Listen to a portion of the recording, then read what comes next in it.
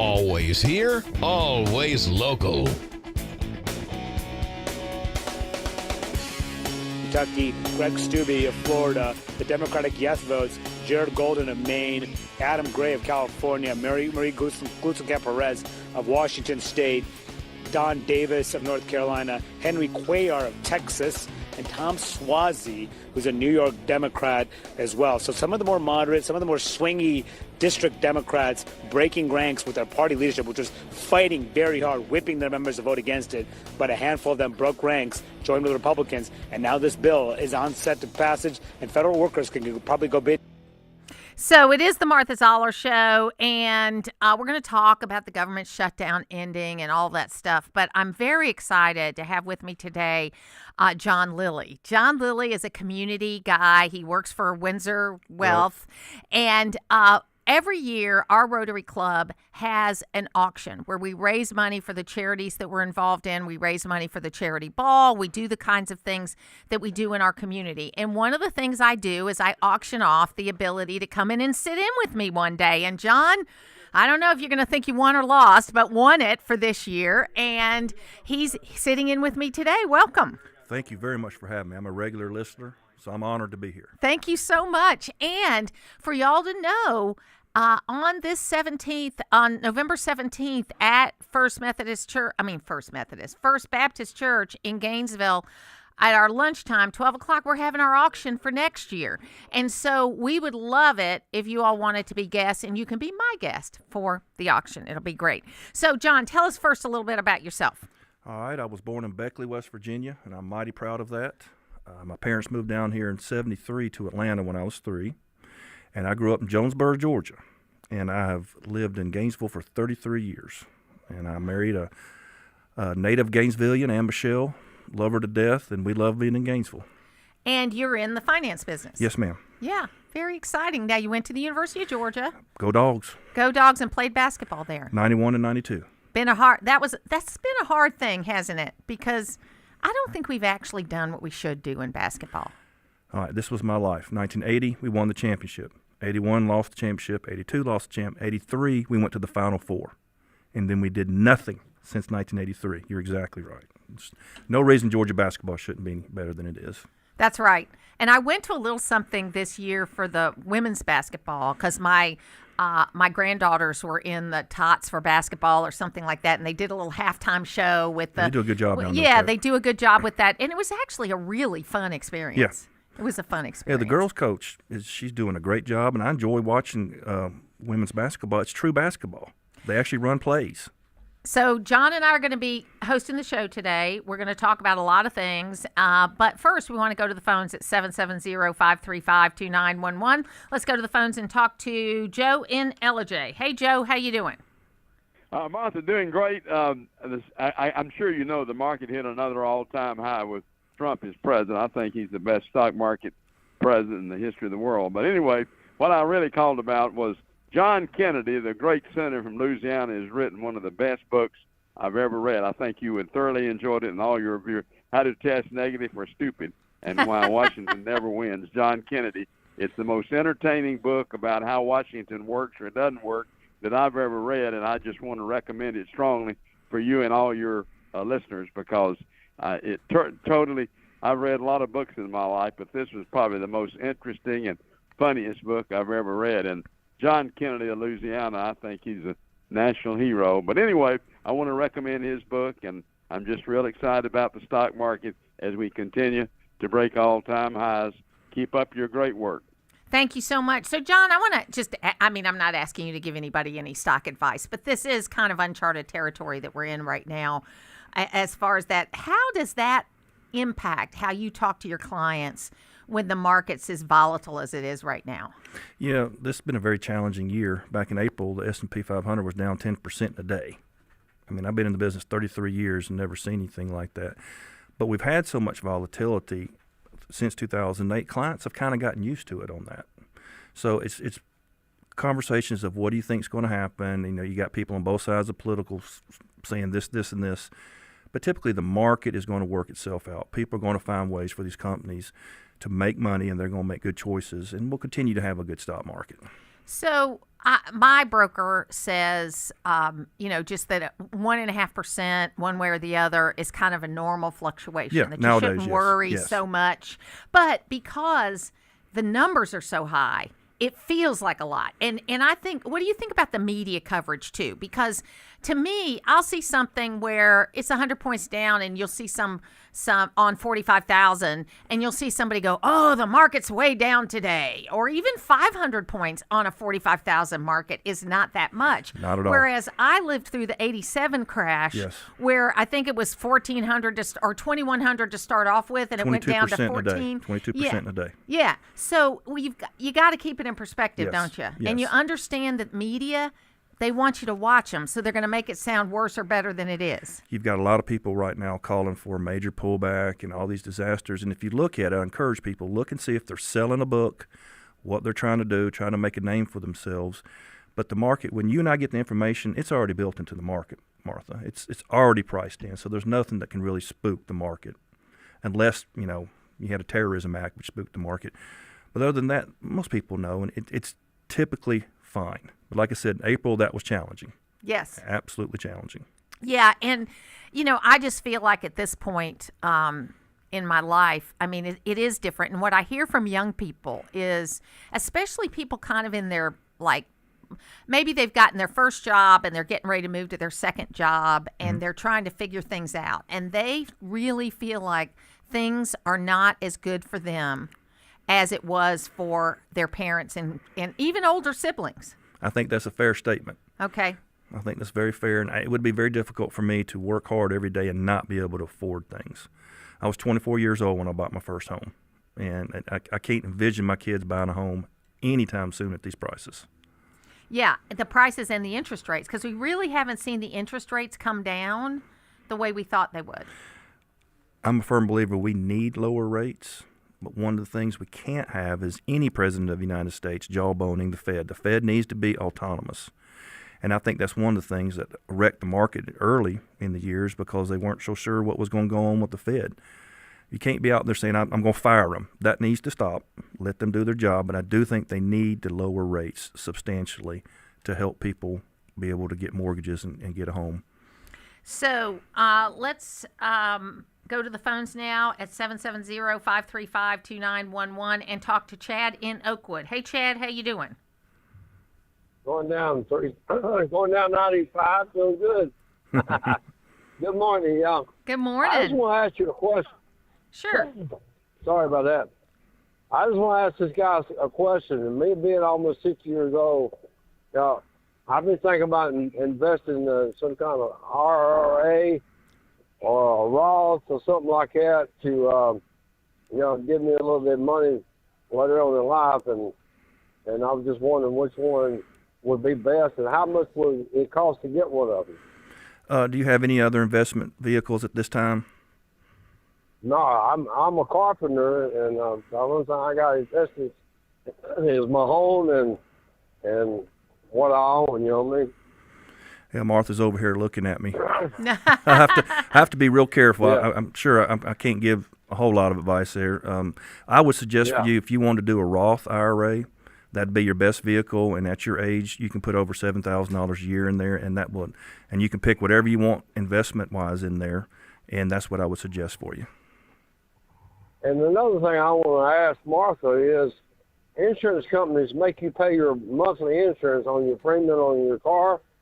If not, they turn you into the DOV, Right. and they suspend your license. Why can't we make them report good standards with them to the credit bureau and implement a law that makes them do that? That's another question I have. Well, I'm not the expert to ask on insurance. I do think that you've got to have car insurance and you've got to have certain types of insurance that are a part of what you do. But, it is what it is, Chad. Mm-hmm. Sorry about that. You got to do it. I hate it, but you got to do it. Hey, thanks for your call today. We're going to keep talking with you, and we'll take a break. We'll be back. This week on Bud's Garage, billboards messing up our views, Ford news and rumors, and holiday travel with your pets. That's Bud's Garage, presented by Oakwood Tire and More, Saturday at noon, right here on North Georgia's News Talk, WDUN. Always here, always local. Fall is planting time in North Georgia. This is Julie from Full Bloom Nursery, and now is the perfect time to plant pansies, perennials, shrubs, and trees. Planting in the fall gives your new plants time to become established without the stress of heat and dry weather. We've got over 4 acres of plants for you to choose from, so come see us for all your fall projects. Our knowledgeable staff will help you pick out the right plant for the right spot. Be sure to like us on Facebook and visit us on the web at fullbloomnursery.com. While technology has certainly changed the way people do business, it hasn't changed the way we treat our customers. It's Mike Cormier, and at Hardy Chevrolet, we are as committed to excellent customer service as the Hardys were when they started the business here in Gainesville over 4 decades ago. When it's time for a new or used vehicle, remember what Charles Hardy always said. We love you and we need you. Together, let's drive. At Hardy Chevrolet, Brownsbridge Road in Gainesville, online at hardychevrolet.com. You wouldn't want someone you couldn't trust working on your family's HVAC and plumbing, so why would you call anyone but Gainesville Mechanical? They're your local, most trusted and award-winning HVAC and plumbing company in North Georgia. From maintenance appointments and clogged drains to plumbing emergencies and new system installations, their team is ready to serve you. And with their customer assurance maintenance plan, you can receive discounts, priority scheduling, and 24/7 no overtime rates. Gainesville Mechanical and Bryant, doing whatever it takes since 1989. This month, Pure Talk is supporting Canines for Warriors, a terrific organization that trains rescue dogs and then pairs them up with combat vets struggling with PTSD. This is why I switched to Pure Talk. Sure, I like the unlimited talk, text, and plenty of 5G data for just $25 a month, and you will too. But you will love being in business with a company that shares your values. Dial pound 250, say Micro, and switch to an American wireless company that actually stands for something.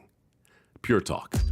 There's nothing like when you get that part from eBay and it just fits. Yeah, the first time. So you can do less of this and get right back to more of this. At eBay, you'll find all the parts you need, guaranteed to fit, at prices you'll love. Sounds good, doesn't it?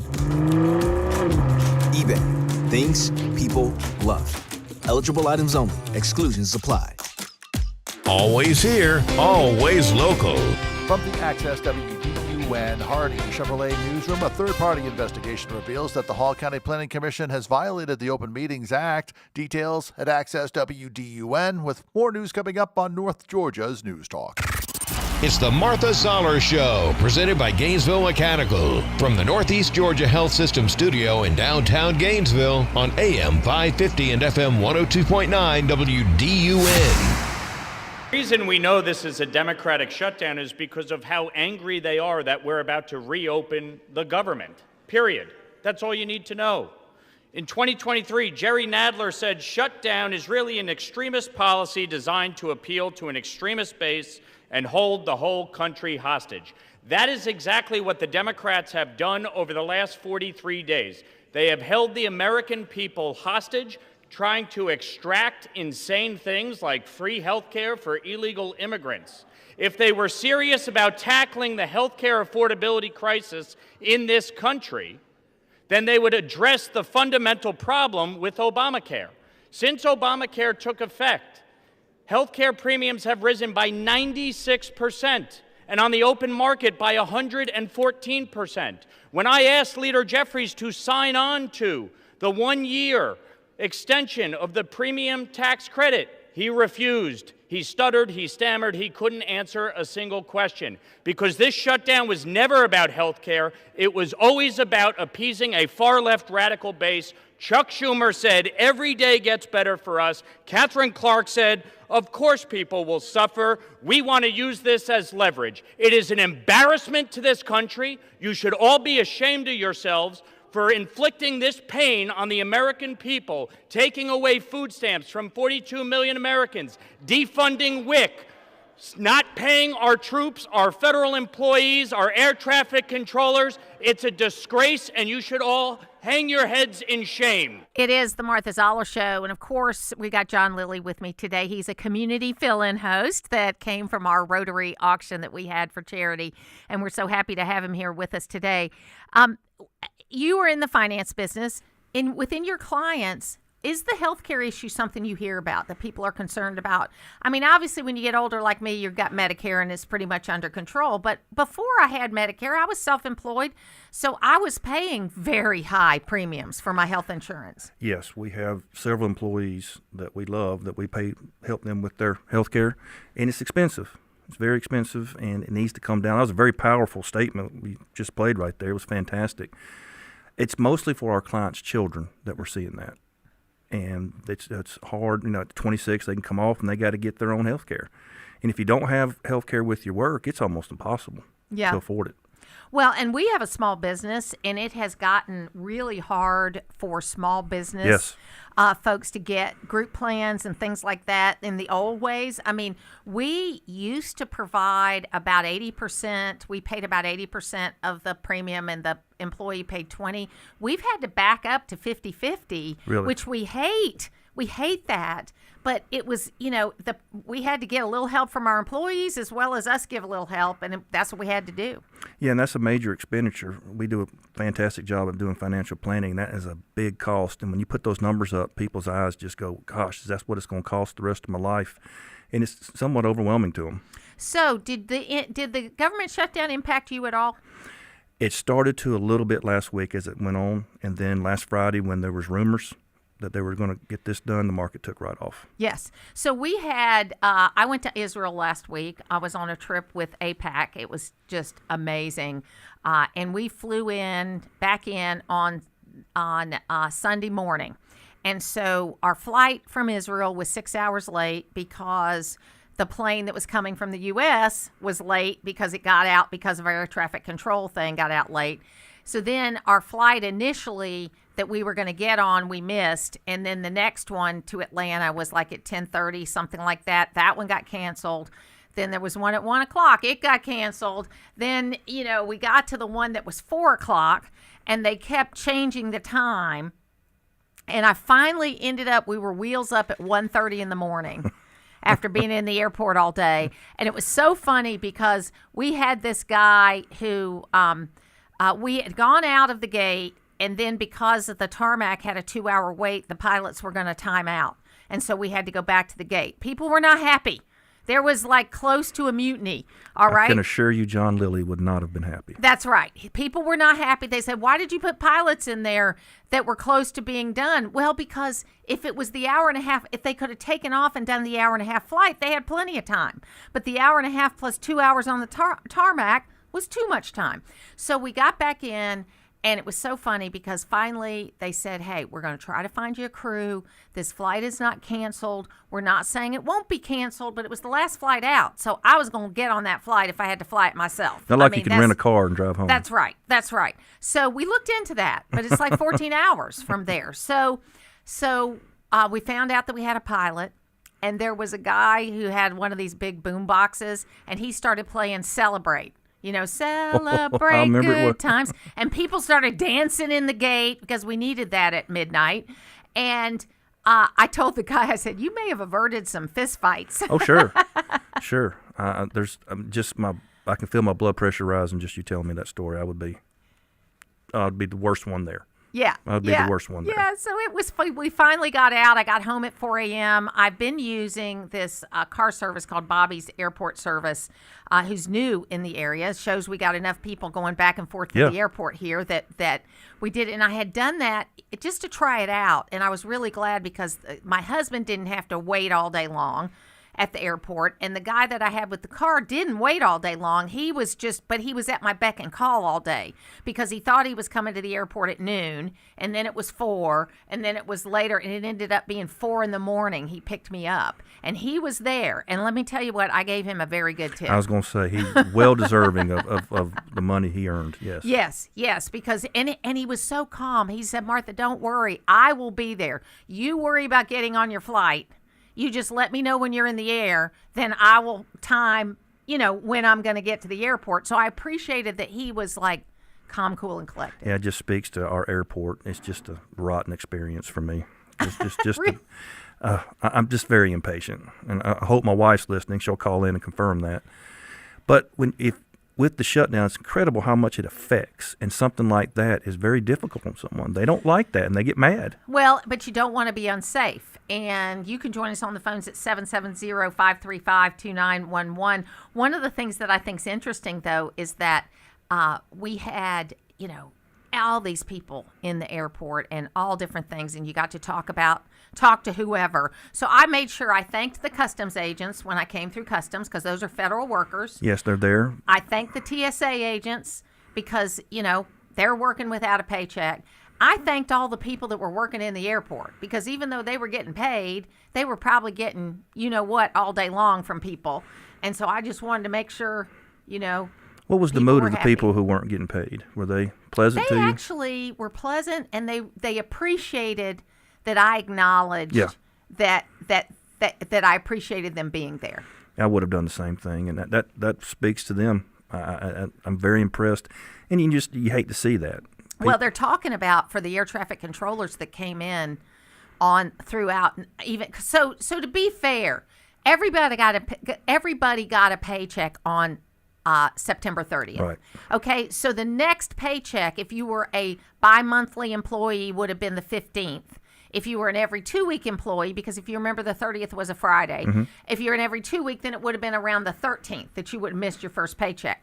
So these guys, even though, yes, technically they were out of work for a month, they had only missed a paycheck for about 3 weeks, which is still still tough. But the mood was pretty good, and they're talking about for the air traffic controllers that came in, that they're going to give them a bonus on top of restoring their pay. Well deserved. Yeah, well deserved. So we're going to take a break. When we come back, Lisa Wexler is going to join us. We're going to talk about this this crazy time we're in. We'll be back on the Martha Zoller Show.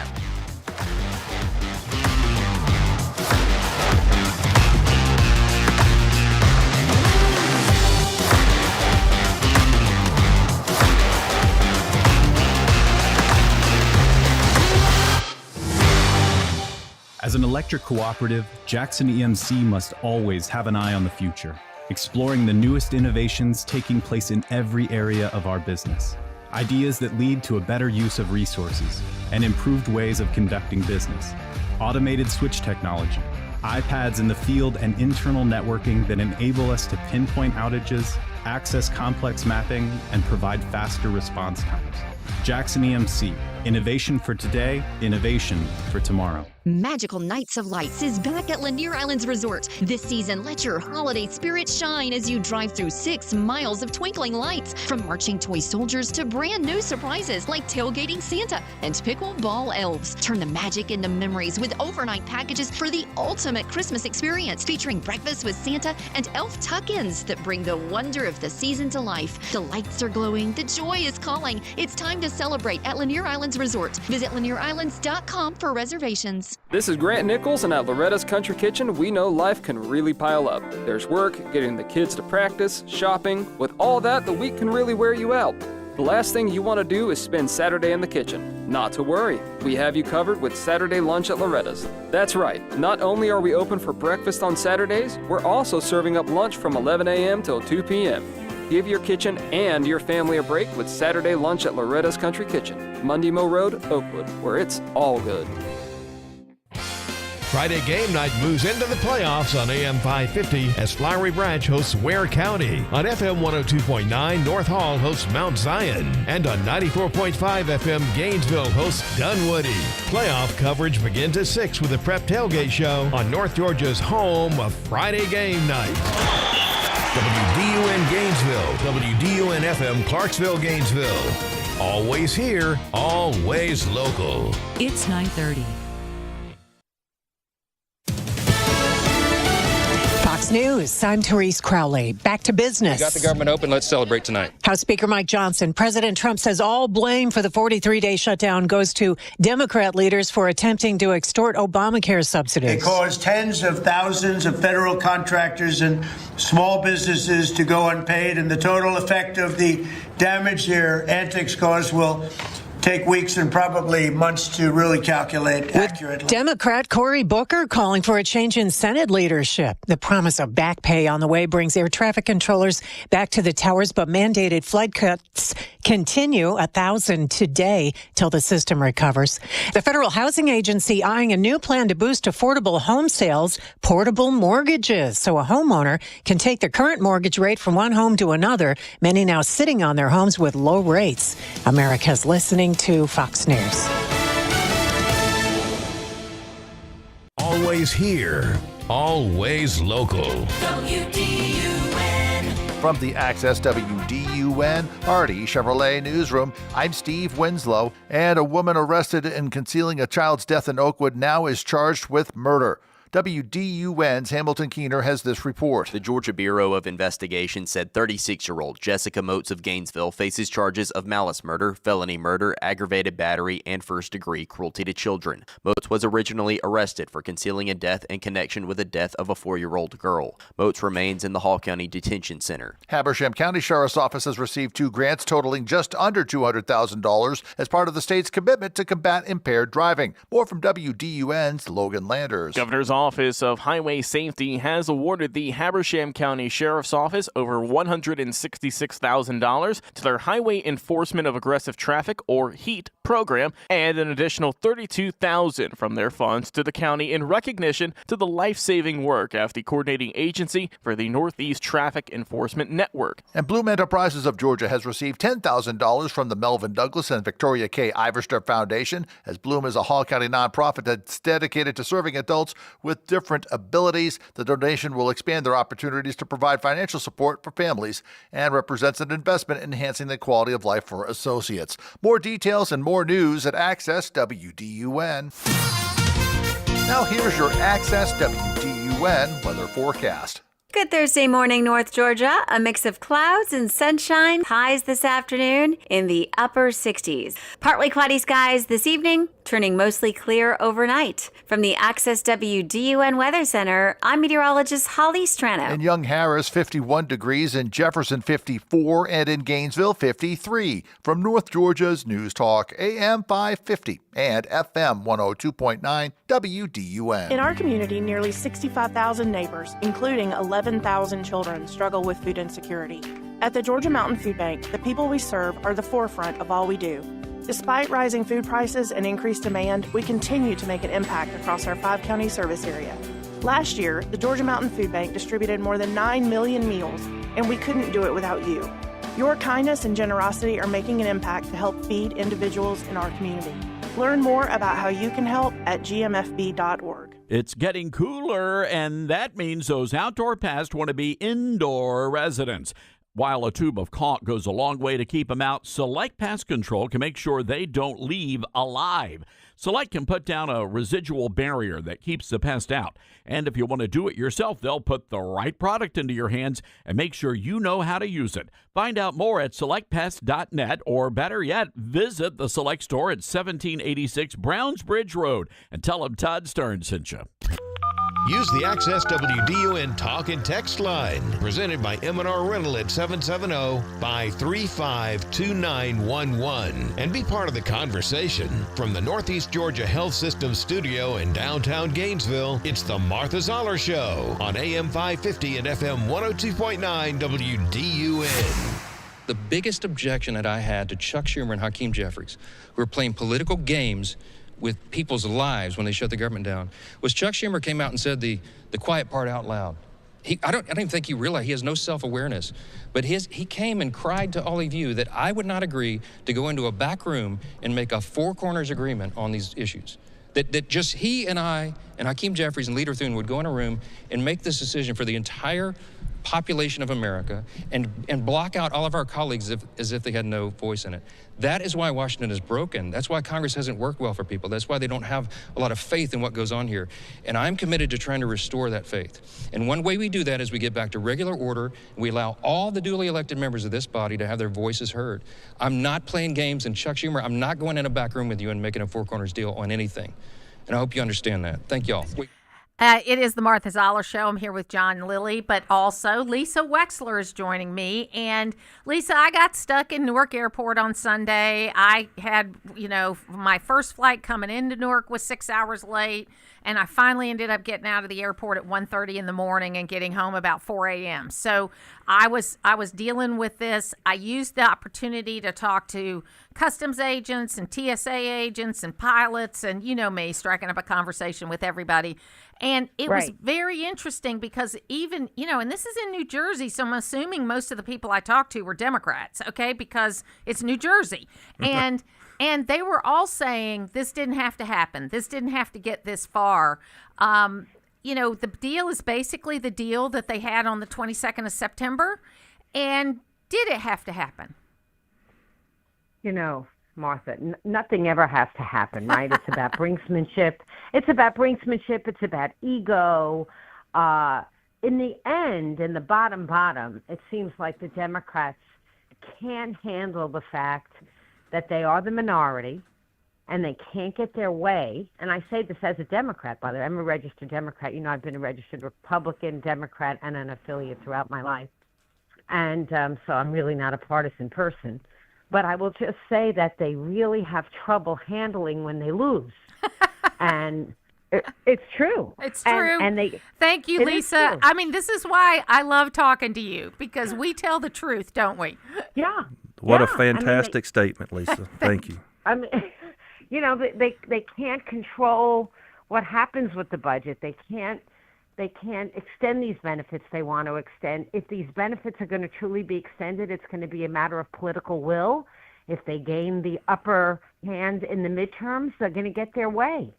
But they can't get their way right now, so they did this. It's not good.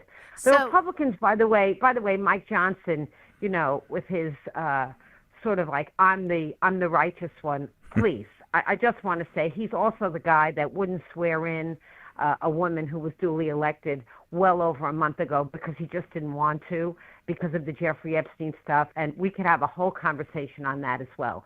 So he's not a white knight either. Just saying. No, but I will say that he has surprised everybody at being able to keep this very disparate coalition that he's got together. Because he's got the same kind of problems in his caucus that the Democrats have in their caucus, but they have a harder time keeping people together than he has. And I think that he's done a good job in that. But I don't disagree with you. My biggest complaint about this whole thing has been that I think both John Thune and Mike Johnson should have been in session 24/7 until this thing was solved. That's right. Yes, that ma'am. if it meant, and I'm not going to use any bad language here, Lisa, but on the Senate, if they wanted a filibuster, they should have made him blankety blank have a filibuster. 100%. I hate this.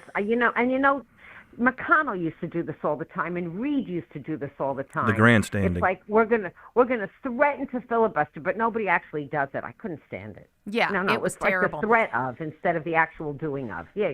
That's absolutely true. But so I just got back from Israel, and it was just the most wonderful trip. I'm going to spend most of next week kind of laying out the trip and all the places I went, and I'm going to start writing about it and posting pictures. But I got to tell you, they were welcoming people. I not only spoke to they were all Israelis, but I spoke to Arabs, I spoke to Druze, I spoke to Bedouins, I spoke to, Muslims and Christians and all different kinds of Christians that are living in the area, in addition to a lot of American Jews that I had. One lady said to me that, hey, my husband came home one day living in Long Island and said, hey, there's a Jewish state. We need to live there. And they moved their whole family there 20 years ago. Wow. And it's pretty amazing. So it was a great experience, Lisa. I know you've been there a lot and that your son-in-law is Israeli and served in the IDF. And so it was pretty amazing. Yeah, it's an extraordinary country, and it's a country of many opinions and a lot of free speech. I mean, it really lives democratic values. People are not afraid to say what they think about things. They're not. And that is not true in much of the rest of the Middle East. Yeah, they told us where at the people beginning, can't talk. ask the hard questions. They like it when you ask hard questions. Mm-hmm. And yeah. Yeah. Martha, right. did Well, you it feel is safe? part of the Jewish culture, right, to keep asking, right? All we do is we ask, we question, we ask, we question. The study of Talmud, which is the study of a compilation of rabbinic interpretations Right. of the Torah, is all about asking questions and asking questions and asking questions. That's what it Absolutely. is. Lisa Yeah. Wexler, thanks for being with me today. Yeah, pleasure always. Thank you. Yeah, so you asked me a question there, John. Yeah, did you feel safe? I did feel safe, but to be fair, okay, we were with a group that had security. Okay. Okay, so we did have security, but I felt safe everywhere we went. There were two instances. One, when we were in the Gaza envelope, where it's called the Gaza envelope, which is the area that's right outside of Gaza. We were at the Nova site, and we heard rocket fire off in the distance. And about the fifth one, the security guard came up and told our leader that, hey, we're not going to use the bathrooms here. We were almost at the end of our visit. We're going to go on ahead and get out of here and go up the road. So that was one instance. The second instance was we were at a hotel in Magdala, which is the hometown of Mary Magdalene. And there we were looking at this wonderful excavation of a first century synagogue, because there was a shift from the temple to the synagogues. Synagogues are more like community churches, right? And the temple was the big place in Jerusalem where everybody went, okay? So, and that's where they did sacrifice. And during this period of time, animal sacrifice. During this period of time, Jewish faith went away from animal sacrifice and towards prayer. Prayer had not been an early part of the tradition, and then as Jesus came along, Right. sort of things changed with that. Old Testament laws. Old yeah. Testament versus New Testament. And so we were in that area, and at the end of the presentation about the excavation, the guy goes, well, and oh, by the way, we're very safe here, but if you hear this sound, you go to this room and this room, because that's where the bomb shelters are. Every home has a bomb shelter. Every home. Every home. Can you imagine living like that? Every home has a bomb shelter. Every bus stop has a bomb shelter behind it. And the big thing that changed, kind of like with 9/11, prior to 9/11, we didn't worry about hijackers getting into the pilot's cabin. We worried about going to the wrong location, not the plane being crashed, Right. okay? And now they have doors that are barred so that you can't get into the pilot's cabin. What's happened after this October 7th is that they used to have bomb shelters that were easy for the IDF to get into, and they didn't lock because the idea wasn't someone wasn't going to come in after you in the bomb shelter. And what happened on October 7th is that's what they did. Hamas got to the bomb shelters, opened them up, and threw grenades inside. And so that was that. But they are amazingly happy to be there and living their life and having big families, 4, 5, 6, 7 children. It's amazing. Yeah, I saw a documentary a while back during World War II. The British people got so used to the bomb raids. Yeah. The sirens would go off, and they would just kind of casually walk around and maybe get to the bomb shelter or not. And I just wonder if the Israelis have gotten to that. Yeah, I think so too. In 2021, this guy named Sinwar that planned the October 7th attack, okay, he had an overall master plan to get rid of the Jews. All right. And it was kind of like what you saw the Nazis do. And his idea was the 7-front war that was going to happen against Israel all at once. And then all the arrows would rise up, kind of like they did when Israel was first started, and they would kill all the Jews all at one time. But a big component of that was that the Arabs living inside Israel were going to rise up and join them. Well, what ultimately happened is Hamas did their part, but Lebanon and Syria and the other areas around Jordan did not. I mean, they threw a few rockets in there, but it was like really nothing. And the Arabs in Israel did not rise up because the Arabs in Israel, which is about 20% of the population, they do better in Israel than they do anywhere else absolutely in the agree. world as far Right. as financially and Right. jobs and education and the whole 9 yards. So it was a plan, and this is where an Israeli general said, we effed up. We had this plan in 2021. We just didn't think they were going to implement it, and we got caught flat-footed. And they did a low-tech thing where we had started giving Palestinians passes to work in Israel. And it turned out a lot of those folks were spies that were taking pictures of things like, so they went in and they destroyed all the irrigation stuff before they attacked and started killing all the people. So there was a lot of coordination that Israel missed, quite frankly, because they were looking at the high tech. And what people were doing was the low tech. That's unusual for Israel. They seem to Yes, always be a step they ahead of seem everybody. to always do it. It's Yeah. a perfect example of the terrorists only have to be right once. You know, you have to be right every time. The funniest story, though, was they stole all these really expensive John Deere tractors, okay, and took them into Gaza. And the Israeli government got in touch with John Deere, and John Deere deactivated all the computer chips. And so once they got them in there, they couldn't use them. Oh, gosh. That's a good story. That is a good story. Let's go to Tom in Westfield. Hey, Tom, how you doing? I was laughing thinking of that story, Mark, about disabling the John Deere and hearing Don's reminder that atrocious, 42 million without food. The reality is, Don, it's that time of year. The jazz age, Pelosi's not running, Mitch is not running.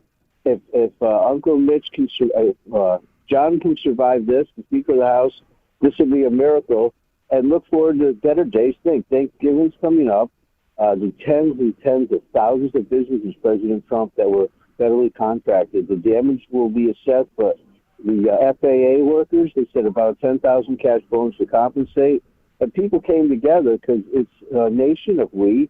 When those little group misfails, we come together and fed people. And that was a good and fair reaction. Hopefully they'll learn from the mistake and not use it as a political folly at re-election time. Absolutely. Thanks for your call today, Tom. And, you know, you hit the nail on the head, Tom. You probably didn't even know it. We're humans. Yeah. We're going to make mistakes. Nobody's perfect. No country's perfect. No leader is perfect. The thing I would like to see happen, John, and I'd love to know what you think about this. John Lilly's here with me today. We don't give our leaders the space to admit their mistakes. And we need to, some of my greatest moments in my work life was when I was able to go to my boss and say, you know what, I really messed this up, but here's how I'm going to fix it. John Kennedy came out on the Bay of Pigs and said, I take full responsibility for this. This was my responsibility. Here's how we're going to fix it. We don't allow people to do that anymore. I wonder if it's because if you do, there's a video clip of it forever and they use it against you. Absolutely. For 20 years. They don't allow for any personal growth out of a person. Case in point with Hegseth, with the Spygate technology. Just say, hey, it was a mistake. Yes. And move on. It'd be so much easier and you'd get more respect. Former Senator Saxby Chambliss told this great story about why do they not work across the aisle more? And this was 20 years ago. Right. You know, and he says C-SPAN is great. Now, this is long before you had people videoing everything you did. C-SPAN is great, but if I walk across the aisle and talk to somebody, somebody's going to use that video against me in a campaign ad the next time I run. And so it makes it where you want to cover things up instead of be out in the open. And that's just wrong. And I love Senator Isaacson had the best point of view. On his, he called it a shaving mirror. I love that. On his shaving mirror every morning, there was a little Post-it note that said, every telephone is a camera and a microphone. So his position was always everything's on the record. He did not have any discussions with anybody that he wouldn't want to see, quote, on the front page of the newspaper. And that'd be a tough way to live. It is a tough way to live. And so I don't think we get good candidates because they don't want to put themselves through it or they've made mistakes in the past. Well, bring it back close to home with this situation we've had recently with the violation of the sunshine laws with the county commission and the planning commission. And a new report came out on that, and we've got that all on accesswdun.com if you want to read all the details on it. But I get the reason why you have these loose rules about how you don't want people having clandestine meetings and all that kind of stuff. But at the same time, I've been a manager. I've run businesses. I've been, on boards. You need to have the ability to have a private conversation while you're figuring out what you're going to do. And we're taking that away, which means we're going to get worse decisions. Even in sports analogy, I don't know if anybody can see this, but every time they're talking to their coach, they're like this. Somebody's he's watching. He's covering his mouth up while he's saying that. Folks on YouTube can see that. The baseball games, they have the glove over there, and even in youth sports. So someone's always watching what you're saying. Absolutely. I wouldn't last in politics 10 minutes. I'd just be done. I'm going to be hopeful here as we go into break that maybe we're getting back to a place where we can have those kinds of discussions. We'll be back.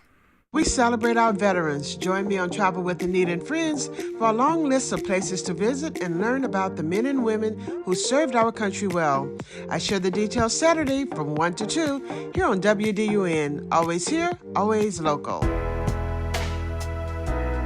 Should you make your trust the beneficiary of your IRA? So many say you shouldn't, but we say you should. This is Kevin Tharp, elder law and estate planning attorney.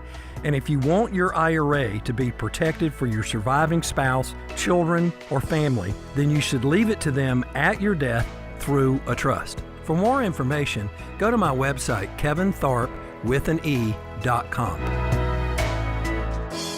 You wouldn't want someone you couldn't trust working on your family's HVAC and plumbing, so why would you call anyone but Gainesville Mechanical? They're your local, most trusted and award-winning HVAC and plumbing company in North Georgia. From maintenance appointments and clogged drains to plumbing emergencies and new system installations, their team is ready to serve you. And with their customer assurance maintenance plan, you can receive discounts, priority scheduling, and 24/7 no overtime rates. Gainesville Mechanical and Bryant, doing whatever it takes since 1989. Hey there, it's Cody Lovin, owner of Crawl Space Medic. Is your crawl space giving you trouble? Maybe it's moisture, structural issues, or even foul odors? Don't worry, my team and I, we've seen it all. At Crawl Space Medic, we specialize in crawl space repairs, encapsulations, and basement waterproofing, ensuring your home's foundation stays solid and protected. We're all about delivering top-notch service you can trust with solutions that last. Give me a call at 706-410-2400 or visit crawlspacemedic.com for a free evaluation. Hi folks, Matt Hayes here from Hazel Baldwin. If you're in the market for a new car, truck, or SUV, take a short drive and come see what North Georgia has to offer. We have 8 brands in one location, a great selection of pre-owned and manufacturer-certified pre-owned vehicles. But that's not all. With 2 large service departments to take care of all your automotive needs, from maintenance, repairs, or just tires and checkups. Hayes offers friendly staff and excellent customer service. With over 50 years of a family-owned and operated business in North Georgia, come see what Hayes has to offer you. Hazel Baldwin, just 3 miles north of Hall County on Highway 365. Whether it's a slip that ends in a slip disc, a trick knee that's holding you back, or shoulder pain hurting your game, you can count on Northside Hospital Orthopedics. With leading care in Georgia at convenient locations all across the state, we're here to get you back on your feet, no matter what comes your way. Because Georgia moves us, and we keep Georgia moving. Find a provider near you at northside.com/ortho. That's northside.com/ORTHO. Always here, always local. From the Access WDUN Hardy Chevrolet Newsroom, Bloom Enterprises of Georgia has received a $10,000 donation from the Ivester Foundation. Details at Access WDUN, and more news coming up on North Georgia's News Talk. It's the Martha Zoller Show, presented by Gainesville Mechanical. From the Northeast Georgia Health System studio in downtown Gainesville on AM 550 and FM 102.9 WDUN. This may be, at least in part, about your party changing and the populist movement in reaction to MAGA and the Democratic Socialists, that this may be a moment where they want to take over the Democratic Party.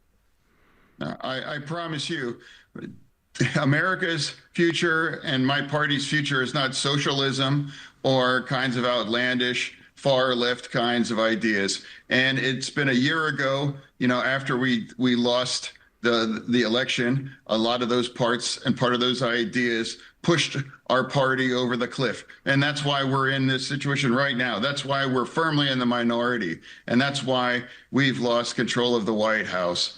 So some people, if you think that's a solution, that's fine. But it's going to be It's going to be a competition of ideas, and we know that's not going to prevail. What's going to prevail is common sense. What's going to prevail, choosing this country over, part of the extreme in our party. What's going to prevail is common sense, and I do believe, for me, in the kinds of chaos that we have in this Trump administration, we should respond with order and logic and patriotism, and not shutting down our government now.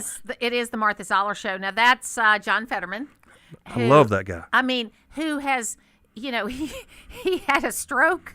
He got elected. He checked himself into the hospital for depression, and when he came out, he's not a conservative. He's a liberal, but he's with Israel, and he didn't want the government shut down, and they want to paint him as some terrible person in his own party. We were just talking about apologizing, and I'll tell you this. I actually wrote him a letter and apologized to him. Really? I said, hey, man, I didn't want you elected, and you are doing a great job of what you're doing, and I have a lot of respect for you. It made me feel better. Have you heard back? I have not. Okay. Well, I don't expect Well, one. you're not from Pennsylvania. Honestly, This is the rule I always tell people about contacting elected officials is generally you're not going to hear back from them if your zip code doesn't match up to their state. Yeah. But still, you did the right thing. Yeah, I like what he says. He just seems to have some common sense on a lot of things, and he doesn't toe the party line. Well, and he says he has a clear idea of what he sees as the Democratic Party, which is, I think, more of the traditional Democratic Party. But also, he acknowledges he lives in a swing state. So the fact he shouldn't, like our Senator John Ossoff votes basically 98% of the time with the Democrats. He won his election 50.6%. which means just about as many people voted against him as voted for him. His voting record should reflect that a little more. I'm not saying it should be 50-50 because he is a Democrat and he's a liberal, but it should reflect a little more Republican voting in a state like ours. I think that John Fetterman, who has a Republican colleague from Pennsylvania, Dave McCormick, that you've got, he understands that he's got working class folks that mostly vote Republican. He's got people in the cities that mostly vote Democrat, and he's trying to be balanced. Yeah, I like the balance, and you make a great point. I have to check myself. Now, how can someone like AOC get elected? Now, I live down here in Georgia, but she reflects the people that live there.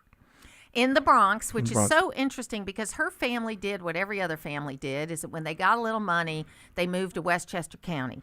And she went to high school in a suburb of New York, Westchester County, and went by Sandy.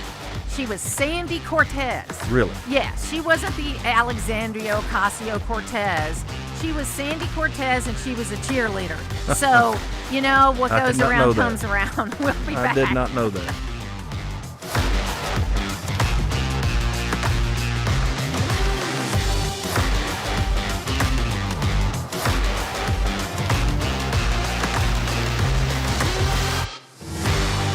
Dermatology Associates of Northeast Georgia is Northeast Georgia's leading dermatology practice, offering cosmetic and medical dermatology services and no surgery.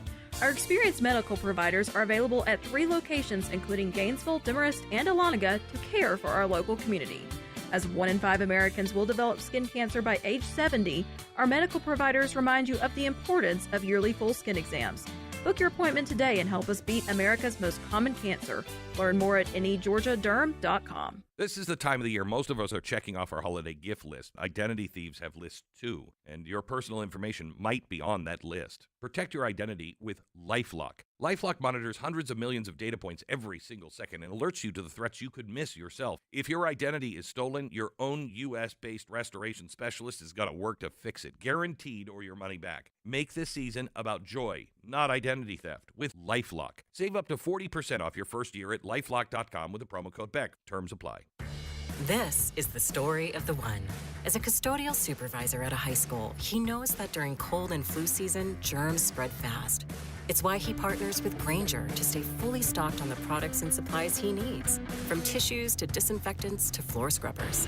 Also that he can help students, staff, and teachers stay healthy and focused. Call 1-800-GRAINGER, click Grainger.com, or just stop by. Grainger, for the ones who get it done. WDUN Gainesville, WDUN FM Clarksville, Gainesville. Always here, always local. It's 10 o'clock.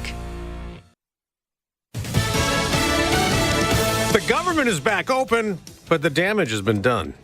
I'm Dave Anthony, Fox News. The shutdown slowed the economic growth. Right now, I think we're looking at GDP in the fourth quarter about 1.5% lower than it would have been if we didn't have the shutdown. Kevin Hassett, director of the White House Economic Council, also tells Fox since the shutdown halted some data collection for last month. So we're going to get half the employment report. We'll get the jobs part, but we won't get the unemployment rate. We may also not get any inflation reports for October. President Trump reopened the government last night right after the House approved the funding to end a record 43-day shutdown he blames on Democrats. We're sending a clear message that we will never give in to extortion, because that's what it was. The bill funds the government through January 30th and SNAP food assistance and other programs through September, but it does not include what Democrats had demanded. So Minority Leader Hakeem Jeffries vows House Democrats will continue to fight to address the health care crisis that Republicans have created. They want to extend expiring Obamacare tax credits. Without them, millions of Americans will pay more for health care coverage next year. Even though Republicans approved that funding bill to end the shutdown, Fox's Ryan Schmelz reports there is something in it they want to take out. House Speaker Mike Johnson says legislation will be taken up next week to repeal a provision in the government funding package that would allow 8 Republican senators to sue the federal government for hundreds of thousands of dollars. The senators recently learned their phone records were allegedly accessed as part of special counsel Jack Smith's January 6 investigation. I was very angry about it. I was.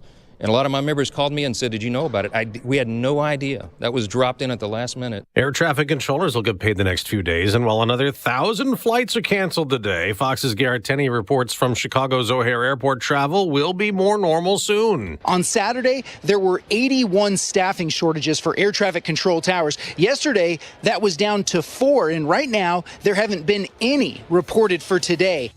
America's listening to Fox News. Always here, always local. WDUN.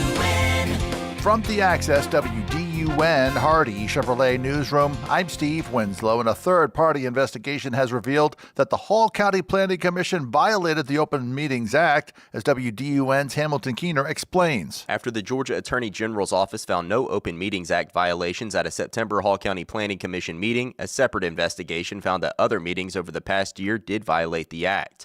The report from Buford law firm Carruthers and Mitchell, LLC, said Commission Chair Chris Braswell regularly met with staff to review upcoming agendas and invited other commissioners to attend.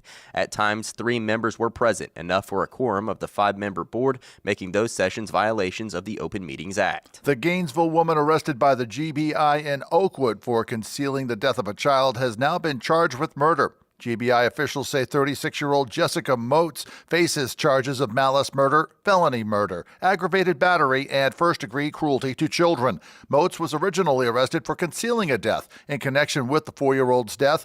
Moats remains in the Hall County Detention Center as of last report.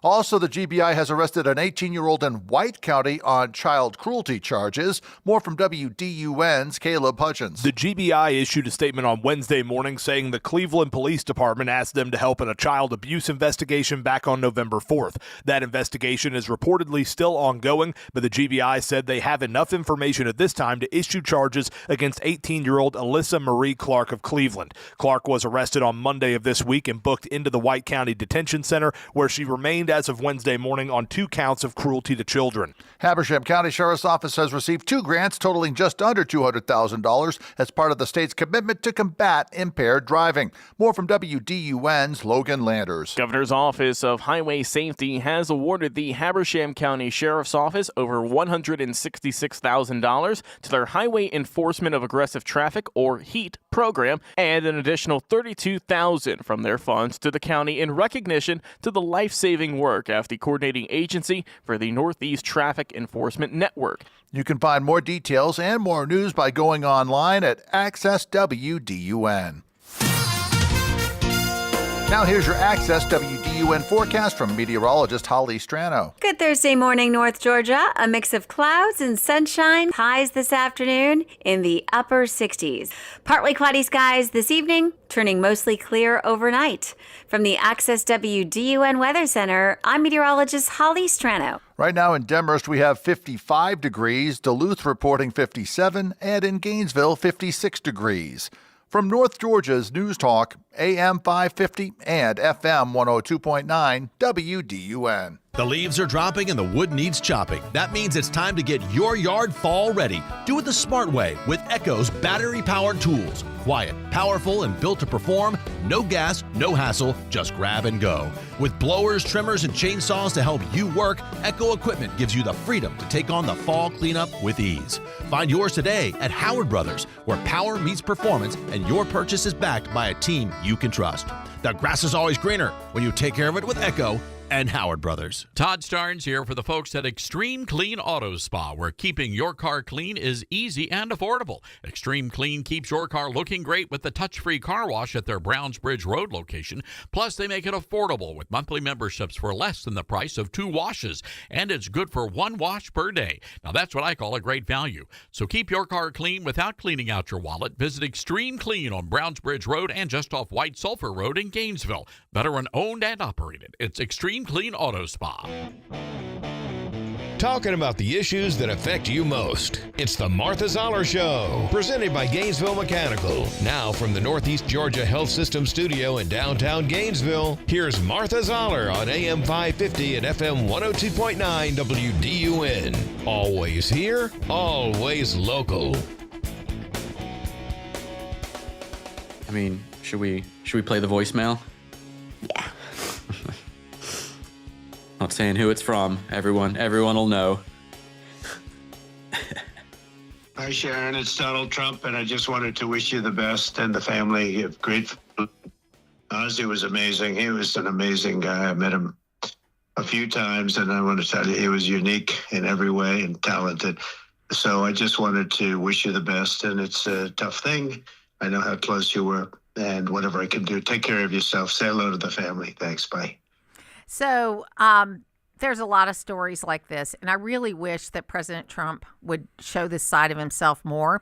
It's the Martha Zoller Show. I'm here with John Lilly today, and that was Jack Osborne playing a voicemail that President Trump, who didn't say this is President Trump, this is Donald Trump, left for their mother when Ozzy died a few months ago. And, but you hear stories like that all the time about him.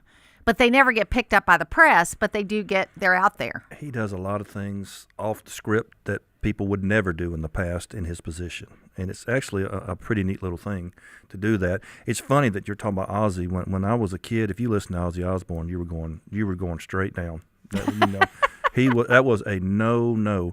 Now that I'm older, he's a fantastically talented. He was a talented man. So there was that show when my kids were in high school called The Osbournes, and this weird thing happens, and you've had teenagers in your house, so you know. So when your kids are young, you go to bed after them, and that's kind of your time to be a husband and wife together, to have a little time. But as they get into teenagers, you're going to bed before they do, and they're staying up late and they're doing things. So we did not allow them to watch certain things because I didn't let them watch The Simpsons because I thought they made the dad dumb.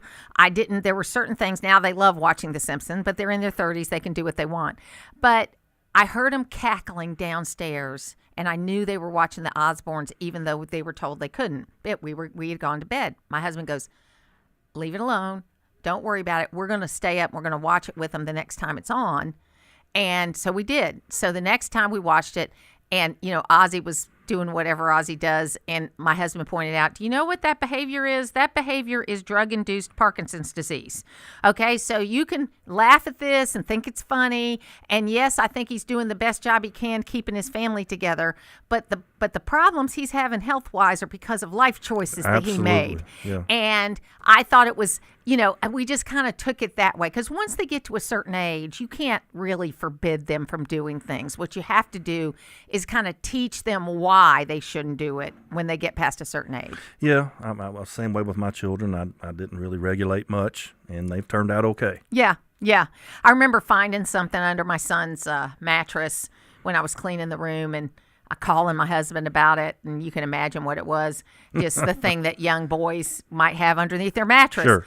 And so he goes, don't do anything. My husband was so great about this kind of stuff because I tend to be confrontational. I was your typical mom that needed to have control of everything because when you got 4 kids in the house, somebody's got to have control or else it's going to be chaos, right? But he was always so good when they got to be teenagers. Just throw it away. Don't say a word. Just throw it away. Sure enough, a few days later, my son comes out and goes, "Were you in my room?" It took a lot of pride, guts to do that, knowing that you know.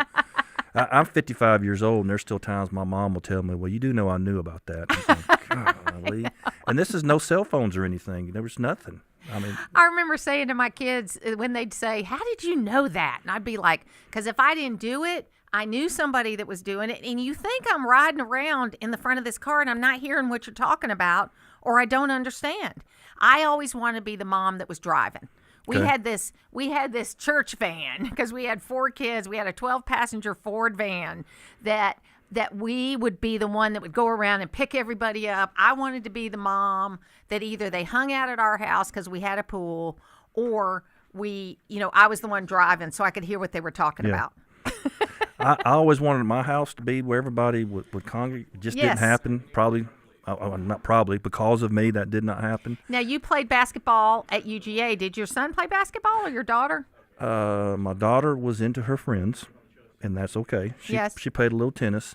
Funny story, my son, I tried to get him to play basketball. He didn't want to do it. His senior year, he started playing a lot of basketball in the backyard, and I asked my wife, "Why didn't he go out for the team?" "Well, he is going to go out for the team." And I said, "Well, why didn't he ask me?" And she said, "Because he knows you'd make it no fun for him within 2 days." Right. Yeah, I have to say that to my husband. Don't spoil baseball before breakfast. It made me mad. It made me mad, but she was exactly right. So he played his senior year at Gainesville High, and it was a very rewarding time for me to just see him sit on the bench next to George Groover. So my son was always a runner, and his last year at North Hall, he started running on the cross-country team, and he broke all the records. And the coach was like, "Where have you been?" Yeah. But it was just he had to be in the right place. And boys do mature a little later. I think we push them sometimes too soon, and then they miss opportunities. I did. There's a couple times I've said some things to my son when he was 10. It breaks my heart to think that I even said them. I've apologized to him over and over, and he tells me it's okay. But yes, I was. Yeah. My son Chip recently said to us, he said, 10-year-old Chip didn't understand why you wanted us to play team sports, but 40-year-old Chip now knows why. And so it made me feel good. 55-year-old John misses being on a team. I'll never be on a team again, and I miss the camaraderie and the locker room and the feeling that we did it together. I miss that. It was a big part of my life. So we got a couple of text messages, and the first one is from John, I guess. "Hey, Martha, this is John. I just wanted to point out that there are people that live in the United States and hate to hear and have never had to worry about bombs going off or having a bomb shelter. And it's really sad they can't be more grateful to live somewhere that's nothing like that." What a great statement. Yeah, what absolutely. And then Susan said, "Can you talk about the AI political ad? In what world is that ethical?" And what she's talking about is an ad that Mike Collins did using the official photo of John Ossoff and putting together a digital ad of him saying things that he didn't say. And I got to tell you, this AI world, it just like you were talking during the break about how my colleague Neil Borch used to say, "Don't trust anything I say until you verified it." Right now, don't trust anything you see until you verified it. The AI is troubling in our industry. They can have voice technology that sounds like our clients, so we have to be very cautious with that. What the BBC did. Yes. Just the other day. So, and people tend to believe. I've grown to be very skeptical. I have to check things out first, because if not, I've made myself look stupid believing it. And John, that's not the truth. And so you really got to take the time. I've learned from me, I've got to do that to check things out. Yeah, what I'm trying to do is I may not be first on things, but I try to be sure that I've got the right information. Right. Because being first, you may end up being wrong, and then it's out there. Let's go to the phones now and talk to Alan in Dahlonega. Hey, Alan, how you doing? Good morning. Thanks for taking my call. I just wanted to do something. I mean, I've never heard of this, but they add-ons to the bill. yesterday. What kind of bill? From Add-ons what I to what bill? The one that they passed yesterday. Oh, got it. Yesterday. Okay, got it. Okay, And I tell you what, Alan, you're cutting in and out, so we're going to put you on hold and see if we can get that straightened out because I'm not understanding exactly what you're saying. We'll be back on the Martha Zoller Show. On Thursday's edition of The Drive at 5, we'll talk to Kimberly Sizemore about what events are happening around the area this weekend. You can join us at 5 o'clock here on North Georgia's News Talk, AM 550 and FM 102.9 WDUN.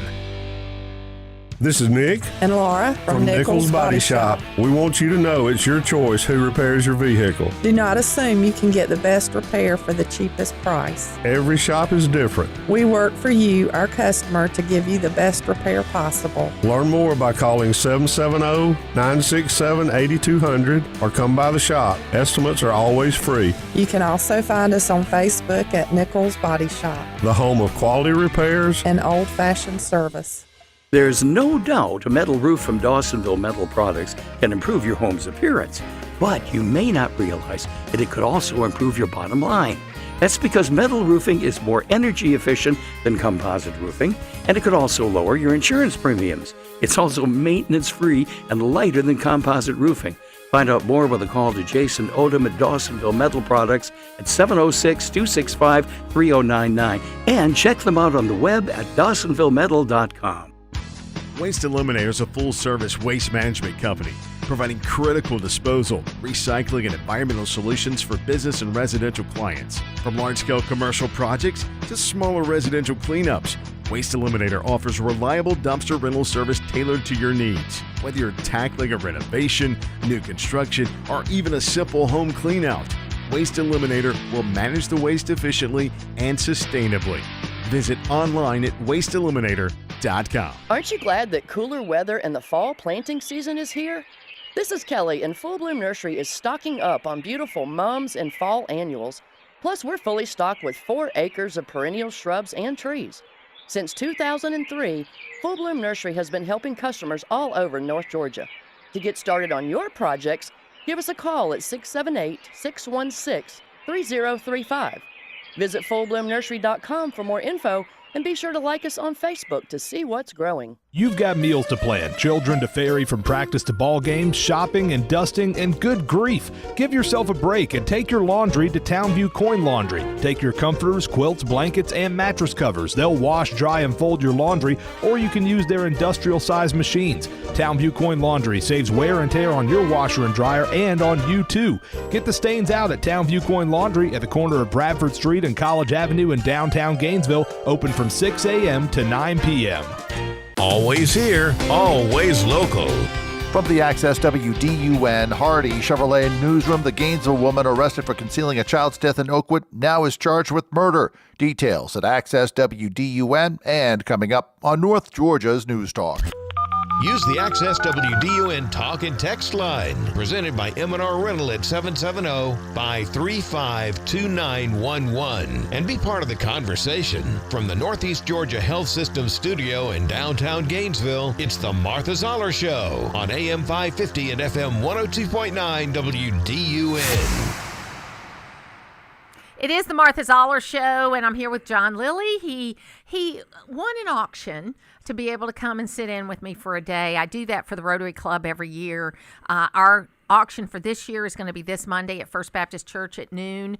We raise money for charities in the community as well as for the charity ball for the Junior League. So welcome, John. You've done a great job Honor today. to be here. Thank I'm you a so regular much. listener. Let's try to get back to John in Dahlonega. Hey, John, how you doing? Or Alan in Dahlonega. Hey, that's no problem. Thank you. Can you hear me? It's still cutting in and out. I think what you were asking about was the add-ons. And were you particularly talking about the ones related to the senators? Are you there? Okay. So the question I think was about some add-ons in the bill that was passed to open the government back up. And there was a little bit of, basically it's the same CR that was passed with just a few changes. And one of the changes that's been the most controversial is that it was revealed in some kind of Operation Firestorm, Arctic Blast, I think is what it was called, that there were phones hacked of 8 United States senators by the FBI as it related to January 6th. Right. And it was, in general, you cannot sue the federal government, okay? And what this add-on is allowing is for these senators to actually sue for the violation of their privacy. Austin Scott brought up something to try to get it out of there, our congressman from, I think, the 8th District, I think is where he's from. And I'll be honest with you, and I want to be fair, Alan, I haven't read deep enough into it to know if I think it's a good idea or a bad idea. I am generally not litigious. I don't think that you can fix something by giving people some money. But at the same time, because the damages weren't like you were in a car wreck and you were hurt and you couldn't work and things like that. The damages are your privacy. So how do you put a value on that? So I'm not 100% sure the depth of that. It's tough to think that your government be spying on you like that. And particularly when you're in a position of power like that. I've read that story a lot, and I just... Well, do you remember James Rosen, who used to be the White House correspondent and the Pentagon correspondent for Fox News? Yes. He's now with Newsmax. He had a similar situation under the Obama administration where he was being tapped and looked at. I mean, and they put him on no-fly lists and, all this kind of stuff.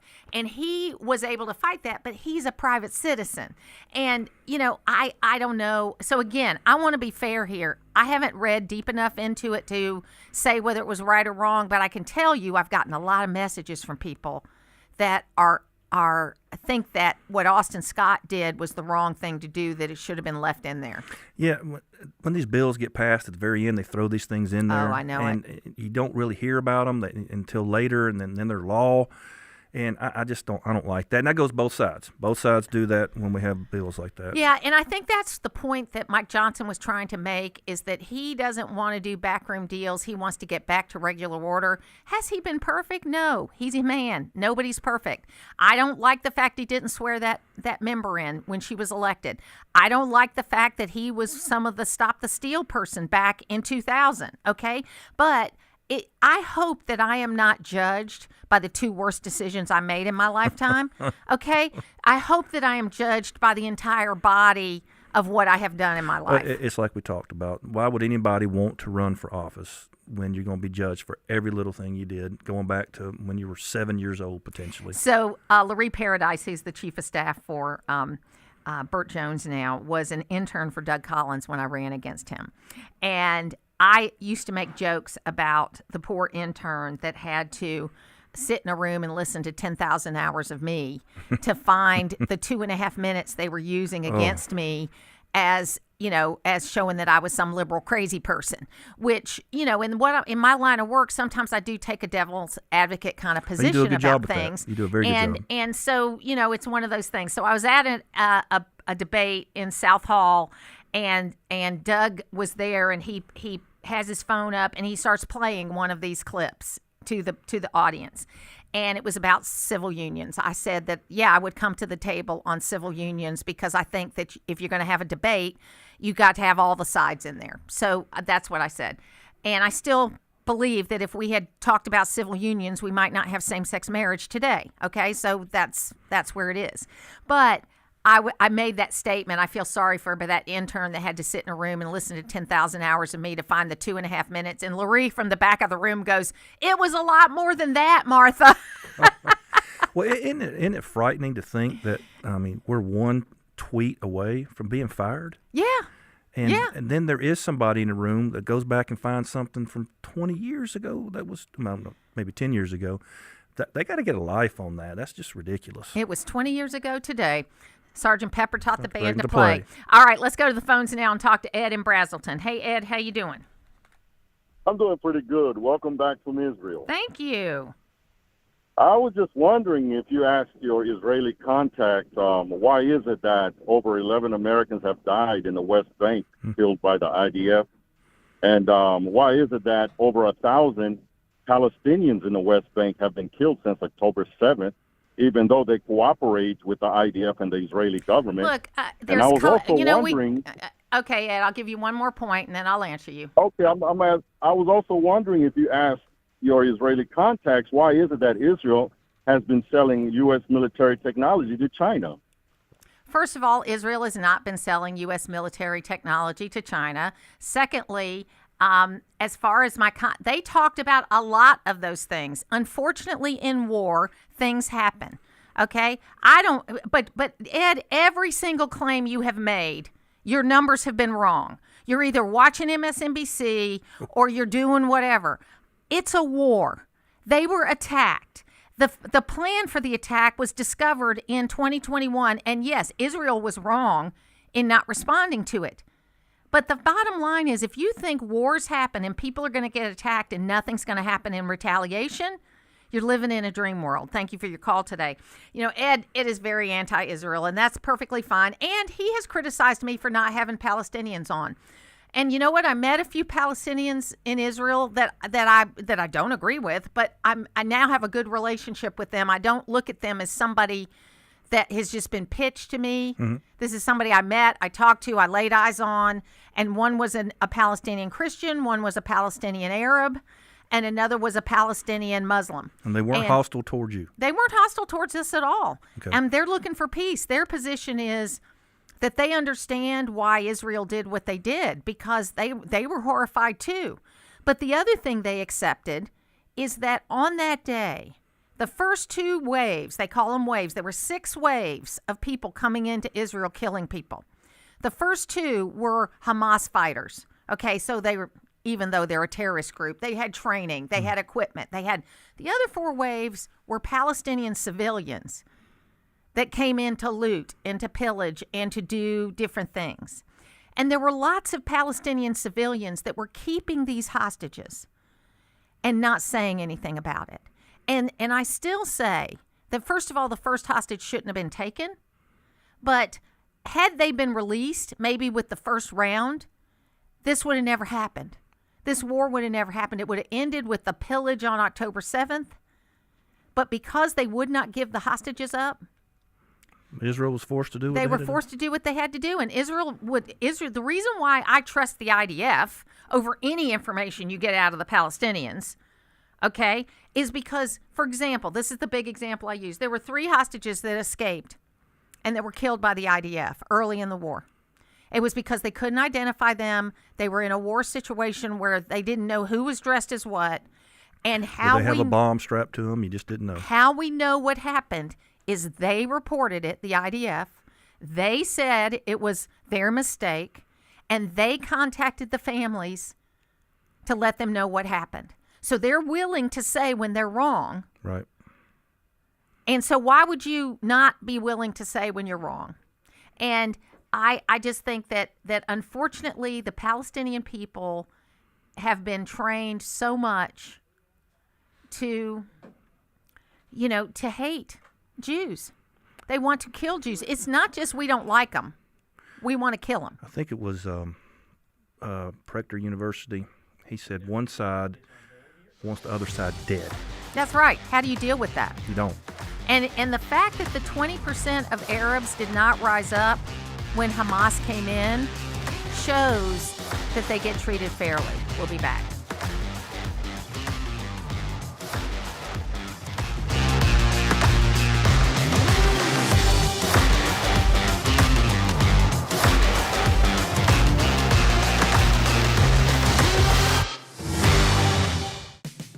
When you have a problem with your roof, you want someone who can respond quickly, but also who knows roofing.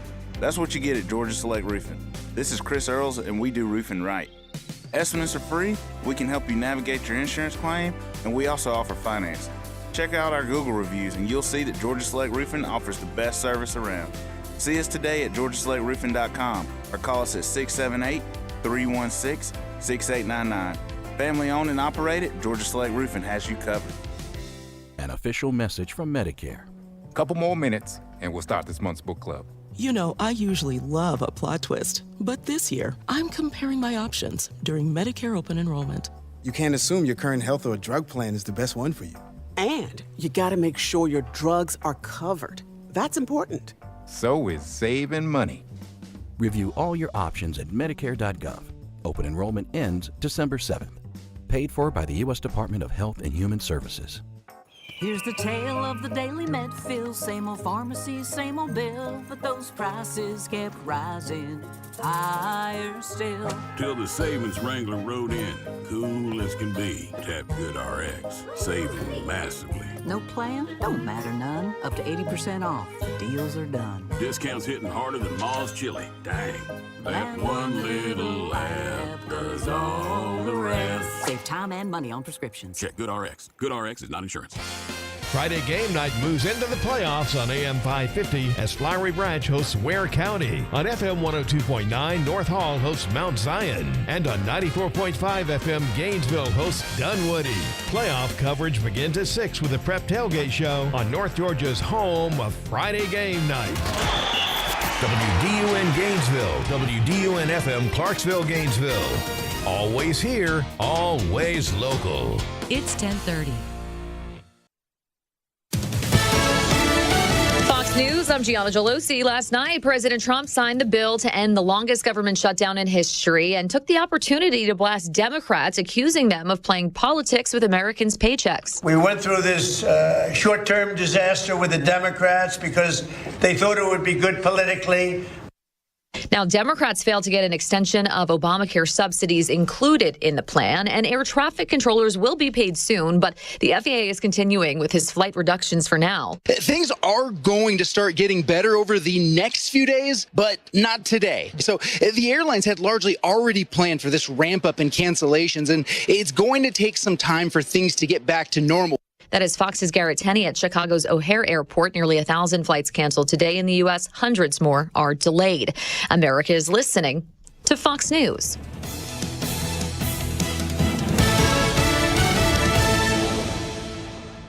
Always here, always local. From the Access WDUN Hardy Chevrolet Newsroom, I'm Steve Winslow, and the Gainesville woman arrested for concealing a child's death in Oakwood now is charged with murder. WDUN's Logan Landers reports. The Georgia Bureau of Investigation said 36-year-old Jessica Moats of Gainesville faces charges of malice murder, felony murder, aggravated battery, and first-degree cruelty to children. Moats was originally arrested for concealing a death in connection with the death of a 4-year-old girl. Moats remains in the Hall County Detention Center. One of the city of Lawrenceville's departments is now offering aid to those facing financial hardship in the city. WDUN's Hamilton Keener explains. Lawrenceville Utilities will offer aid to city electric and natural gas customers facing hardship due to the loss of SNAP benefits or a federal furlough. The funding comes from Lawrenceville's Roundup program, which uses spare change from participating customers' bills to help households in need. A link to qualifications and how to apply is on Access WDUN. And the Governor's Office of Highway Safety has announced that Habersham County Sheriff's Office has received 2 grants that total just under $200,000. It's all a part of the state's commitment to combat impaired driving through Habersham's HEAT program. More details and more news found at Access WDUN. Now here's your Access WDUN forecast from meteorologist Holly Strano. Good Thursday morning, North Georgia. A mix of clouds and sunshine. Highs this afternoon in the upper 60s. Partly cloudy skies this evening, turning mostly clear overnight. From the Access WDUN Weather Center, I'm meteorologist Holly Strano. Right now in Blairsville, currently 58 degrees. In Jefferson, 61 degrees. And in Gainesville, 60. From North Georgia's News Talk, AM 550 and FM 102.9 WDUN. There's nothing better than a home-cooked Thanksgiving dinner, unless it's one that you didn't have to cook. This is Grant Nichols inviting you to spend Thanksgiving with us at Loretta's Country Kitchen. We'll be serving up a traditional Thanksgiving feast from turkey to pumpkin pie and everything in between, all made from scratch. Keep your kitchen clean. Join us Thanksgiving Day from 10:30 a.m. until 2 p.m. at Loretta's Country Kitchen, Mundy Mill Road, Oakwood, where we're truly thankful for you. Are you frustrated with your contacts? Have your glasses become more of a burden? Well, don't suffer. Hi, this is Kim. Here at Advanced Eye Center, we offer all laser LASIK to free your eyes. When you consider not only the amount of money you pay for all of that eye gear, but also the amount of time you spend handling contacts, glasses, cases, solution, and eye drops, how can you not afford to have LASIK? Invest in you. Save your money, save your time at Advanced Eye Center. Vision correction for all ages. It's the Martha Zoller Show, presented by Gainesville Mechanical, from the Northeast Georgia Health System studio in downtown Gainesville on AM 550 and FM 102.9 WDUN. Exactly. So how does the Democratic Party, which is trying to talk to working class people again, but are all, highly educated and live in urban places, how do they bridge that divide like he did? Can I answer that question? Yeah, of course you can. It's a tough question. This is my show. I don't know the whole answer. John Shapiro said, all right, we're going to stop this a little bit. We're going to get rid of the law that you have to be some college graduate to get a job in the state government. Pennsylvania doesn't have that law anymore. That's the first step you can make and say, we're all running for office. We're all seeking office here. It isn't just for college grads. And I think there's a lot to that. The town versus gown has gotten to be political. The people that didn't get a college are voting for Trump. Why? Because of snobbery and attitude, as we say in Philly. What do you think? Attitude. It is the Martha Zoller Show. That's Chris Matthews here with John Lilly, too. And when Chris Matthews starts to make sense, you know that the Democrats are in trouble. He's getting another shiver up his leg. That's right. Lisa Ekman is here with me today, and she has a great X handle called Deprogramming Democrats. And de-educating the elites or something like that. Lisa, it's blocked on your thing, and my email went down, so I couldn't pull up the email you sent me. But Lisa, welcome to the program. How are you? I'm doing great, Martha. Thank you so much for having me. Yeah, you hit the nail on the head. They created this idea that in order to know what you're talking about, you have to be educated in the systems that they put together, and then you get educated in the things that they want to educate you about. And the biggest thing that they educate you about is don't question authority and don't question the experts. Well, they get to tell you who's an expert and who you don't get to question, and that's sort of a self-fulfilling circle. And it has led to this real elitism on the left, where they believe they're morally and intellectually superior, and it has really created a lot of problems in our country. And it's deprogramming Democrats and uneducating the elites. And Lisa, tell folks a little bit about your story before we talk a little more about this topic.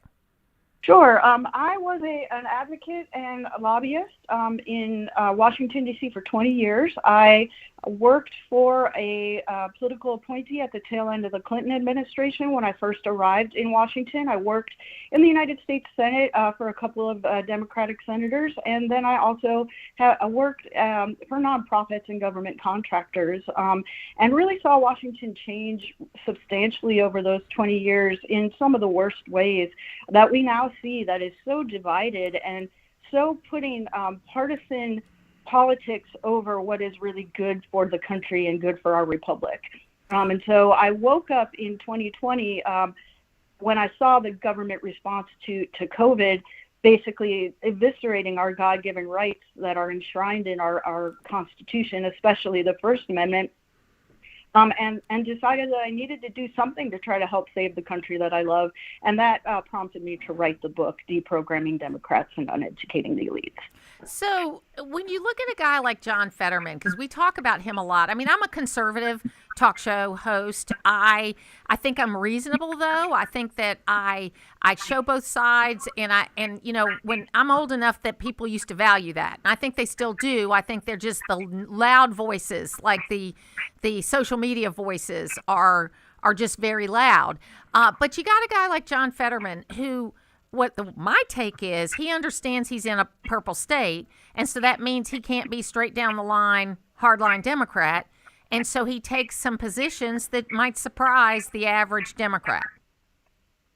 Yeah, I think that is in part true. I think he also, he decided also, I think maybe just to have some courage and know that he may get primaried, which that may happen, and the party may primary him, but I think a lot of people, even if they are part of the machine, may be waking up to the fact that we're pushing our republic exactly where our founders didn't want us, and that's where factions are really tearing at the fabric, and having people forget what we have in common and what we all share as Americans.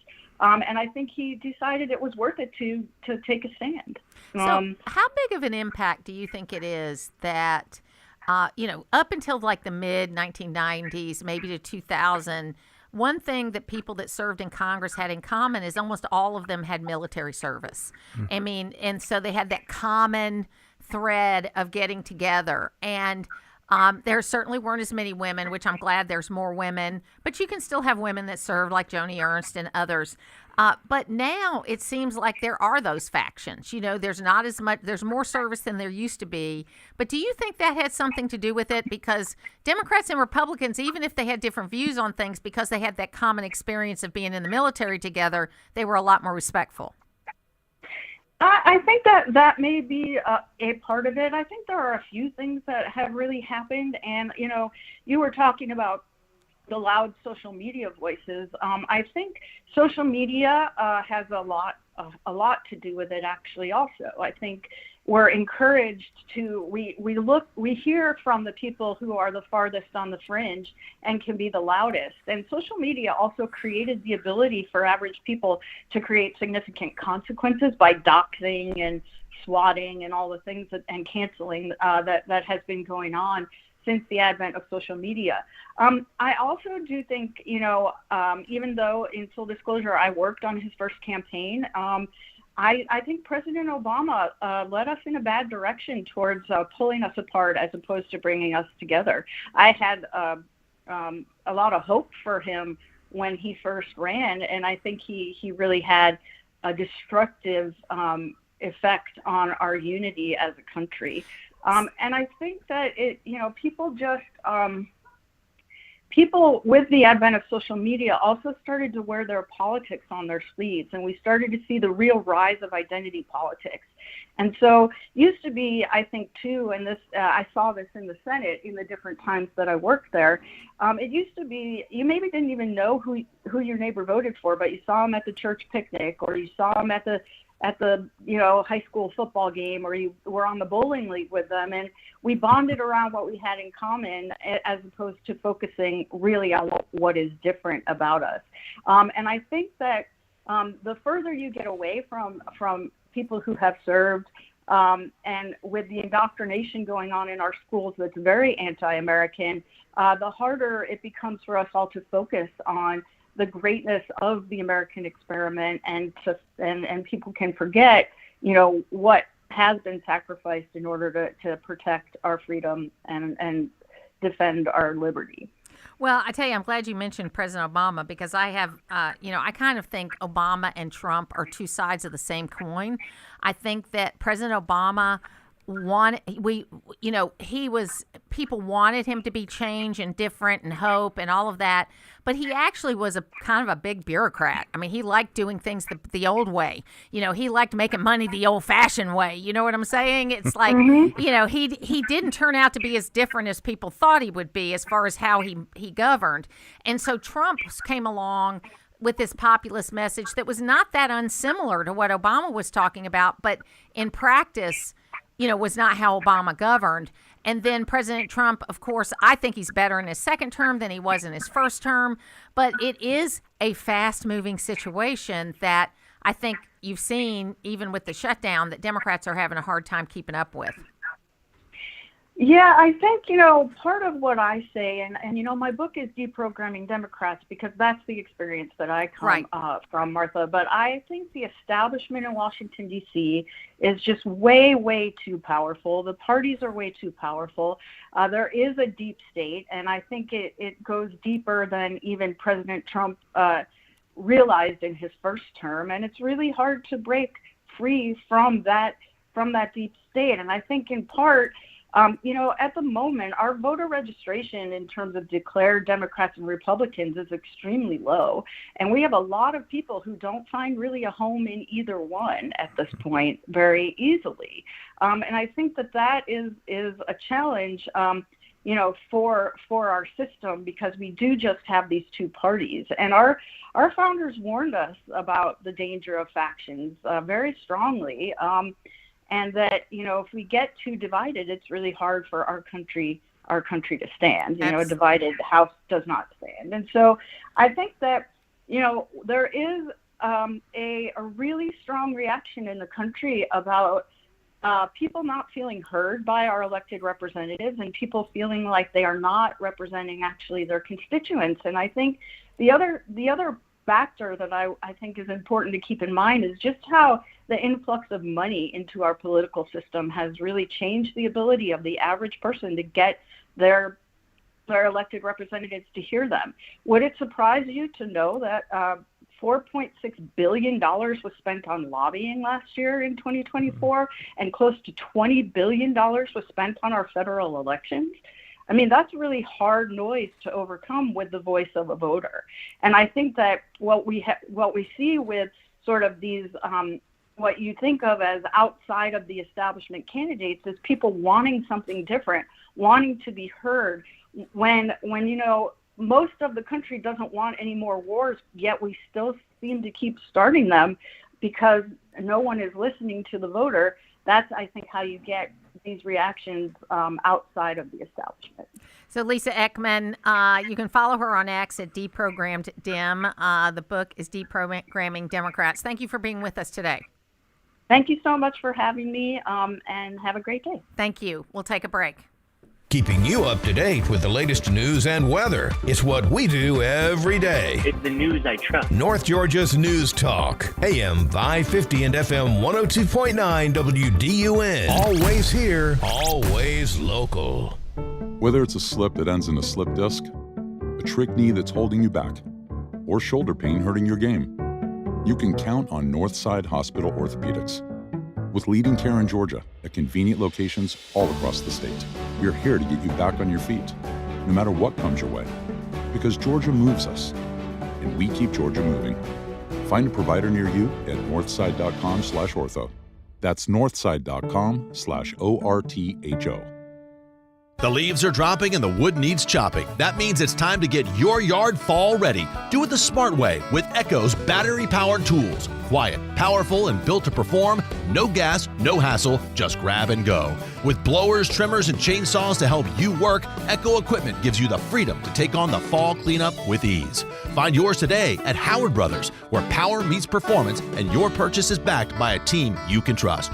The grass is always greener when you take care of it with Echo and Howard Brothers. Hi folks, Matt Hayes here from Hayes of Baldwin. If you're in the market for a new car, truck, or SUV, take a short drive and come see what North Georgia has to offer. We have 8 brands in one location, a great selection of pre-owned and manufacturer certified pre-owned vehicles. But that's not all. With 2 large service departments to take care of all your automotive needs, from maintenance, repairs, or just tires and checkups. Hayes offers friendly staff and excellent customer service. With over 50 years of a family-owned and operated business in North Georgia, come see what Hayes has to offer you. Hayes of Baldwin, just 3 miles north of Hall County on Highway 365. I always buy my emergency food from My Patriot Supply. Fair prices, fast shipping, quality food. We love buying from My Patriot Supply. The products are fantastic and service is excellent. My Patriot Supply is America's most trusted emergency food company, and right now they have a special offer for listeners of this station. It's called the Black Friday Survival Special, and it comes with a 4-week food supply, plus $150 worth of free gifts, including everything you need to prepare your emergency meals, like a cook stove, fuel, fire starters, even a water purifier, bug-out bag, and more. It's the complete survival kit your family needs to ride out natural disasters, civil unrest, or worse. And it makes a great Christmas gift, but it's only available through Black Friday. So head to mypatriotsupply.com to check out everything that's included. With all the uncertainty in the world, disaster preparedness is more important than ever. Go to mypatriotsupply.com and get prepared today. That's mypatriotsupply.com.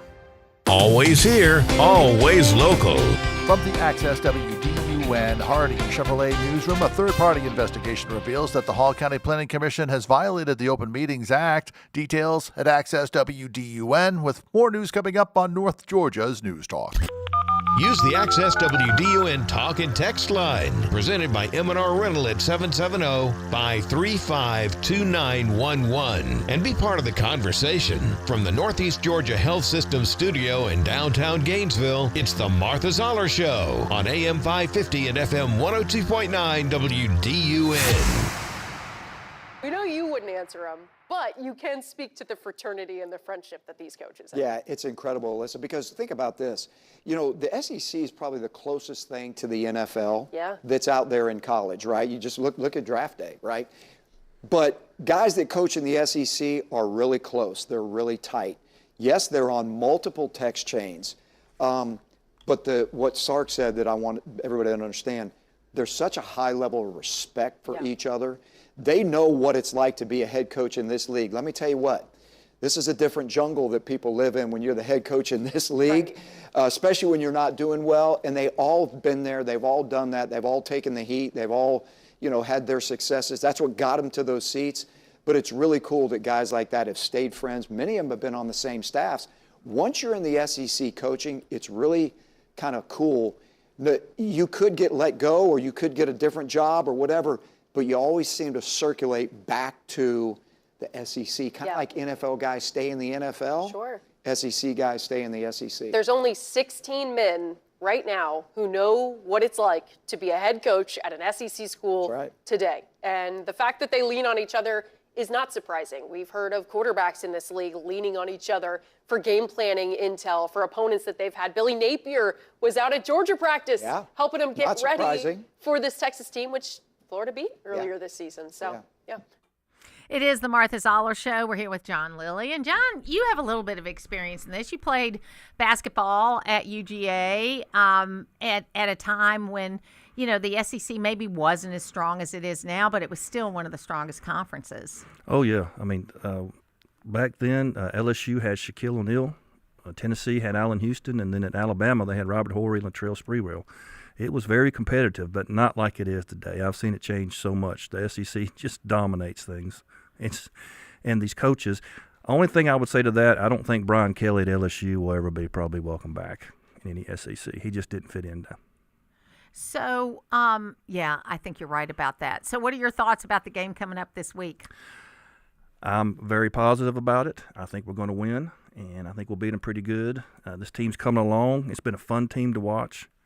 I've had some of my worst performances in front of the TV during the first half for this team, but I'm enjoying Gunnar Stockton. I really like seeing him play, and I like the tight end play that we're seeing too. It seems like a team that just cheers for each other. So what do you see, you mentioned about the first half. I mean, I feel the same way. I love it that they say they're built for the fourth quarter, but I really wish they'd get ahead a little sooner. That does not make any sense. Like Kirby says, you have to go out and dominate the competition. Why not do that from the beginning and don't put your team and everybody through it? But with Kirby, I've learned to trust. Right. I have learned to trust. It's hard, but I've learned to respect, okay, we got a chance to come back in this. So, what do you? What's your predictions? Do you participate in the football pool? No, ma'am. I'm the worst. Yeah, I'm the worst. So what happens with me is we have a football pool at Rotary Club, and I do it every year. And usually the first half of the season, I'm really good. Like I'll even win a couple of weeks the first half of the season, and then it's like around week 7, it just like goes down because my process is I generally pick the higher ranked team, and then I try to figure out who's going to be the upset for that week. And it works to some degree, but eventually I fall off the cliff. And Mike Giles from the Poultry Federation ends up winning. Or used to be Abbott Massey, Somebody God that rest his watches soul. all the time. I tell you what's difficult this year is seeing an NC State play California mid-season. Yeah. Because they're now in the same conference. That's a bowl game for our entire lives. Yes. So this conference realignment, it's just, I don't like it at all. But it goes where the money is. But definitely the SEC is exactly where it's at when it comes to football. So we were having a meeting today for the Boy Scout American Values Dinner, and it was interesting. We got on the topic of streaming football and how challenging it is now in this kind of post-cable world. I mean, I know some people still have cable, but this post-cable world of watching football. And, Bill Maher postulated that they've ruined football because, you have to go to all these different places to watch it. And I will tell you, the first half of the season, I could get all the Georgia games free on YouTube through WABC. And then WABC, YouTube or somebody figured out that they were hacking the games or that the feed. I mean, I think they were just carrying the whole WABC feed. And because ABC was carrying SEC, you could get it. But now, no more. So the last 2 weeks, my husband's had to listen on the radio as opposed to watch it. Really? And then, which is kind of nice. You sit outside, have a beer, listen to the radio, whatever. It was nice. But this week, my son's coming. And so we're just trying to figure out, okay, should we just bite the bullet? And because I have Peacock and Paramount because my husband watches golf. And that covers all the golf. And it used to cover the SEC football. It did. But then they changed over to ABC. And now you have to get ABC with Disney and Hulu. Yeah, and you don't want to get, I know. I don't want that. And ESPN, you can't get it without bundling. But I did find out that Sling, what I may do is just buy till the end of the season, so I can watch the games, because I think Georgia will be in some playoff games. Well, they will. ESPN I have to have because they carry a lot of the Georgia basketball games. Yes. Some of the smaller ones. So do you get the full Monty program? Might as okay. well. I mean, I have tried that, and then at the 11th hour on the radio, I lose my mind, and I'll pay whatever they want to be able to watch the game. But I'm like you. I just remember you woke up New Year's Day. There were 4 or 5 bowl games, and you could watch them all. There was none of this having to figure out where it was. You knew the channels and you knew the announcers. Yes. Well, and if I wasn't so rural, so I live in North Hall County. So if I have tried the whole HD antenna thing because my son lives in Lexington, Kentucky. And so he's inside the city limits. And I bet inside the city limits of Gainesville, you can probably get all the local channels, because you're supposed to be able to get the local channels no matter what. And you could get all the SEC games that way.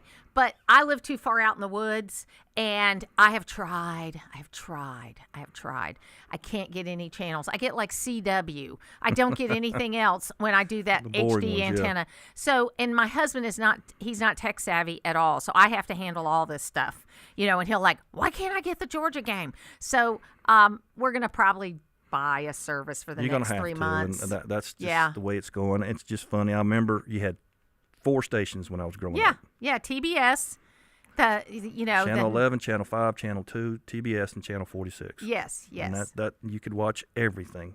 That's right. And it was fun. Now, again, I like the coverage now. There's a lot better camera angles and all.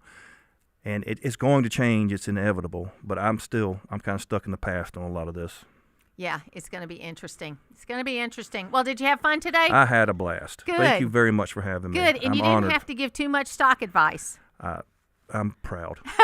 I'm proud. And so, folks, the market is down a little bit today, and I think that's just because we've had several days of up. And just profit taking. Nothing. You just gotta figure out where you're going to go, and if you've got a good plan. Now, I use a broker because I cannot handle the stress, and I try not to look every day. Now, I look sometimes, but I try not to look every day. You'll drive yourself crazy. And that's the people we help, people that don't want to do it. If you want to do it yourself, there's all kinds of tools. Oh, man, my aunt, that was her job. She had spreadsheets. This was before, she kept track of it every day. Yellow paper. They made a lot of money. Because that was her full-time job, and she understood it and to follow it. But I've just never been that detail-oriented. And so I just think it's better to find somebody. And we had a year where my lawyer and my broker died. And so it was about 10 years ago. And so I flipped to a young lawyer and a young broker. Wow. And so, because I want them to outlive me. Yes, you So it'll be good. John Lilly, thanks for being with me today. Thank you so much, Martha. It's an honor. I'll be back tomorrow. Lots more to talk about between now and then. We're always here.